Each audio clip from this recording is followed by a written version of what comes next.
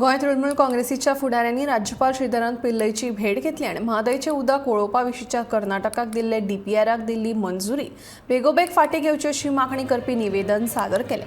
या डीपीआराक परवानो दिवप म्हळ्यार गोय राज्याची आवय ताचे पासत हिसकावून घेवप आणि ते आमी जावपाक दिवचे ना अशें तृणमूल काँग्रेस म्हणटा।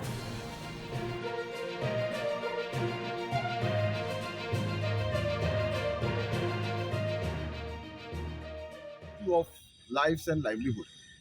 It's very important for us to understand. और DPR पडे रिव्यू DPR पडे तेमी दिला कर्नाटकान तो आता गव्हर्नमेंटान अप्रूव करप म्हळ्यार they have made Goa a motherless Goa and we are not ready to accept that. And when you talk about lives and livelihood, when we presented to His Excellency the Governor, he has accepted it and he has approved it, whatever we were talking. And he has also given us a hope.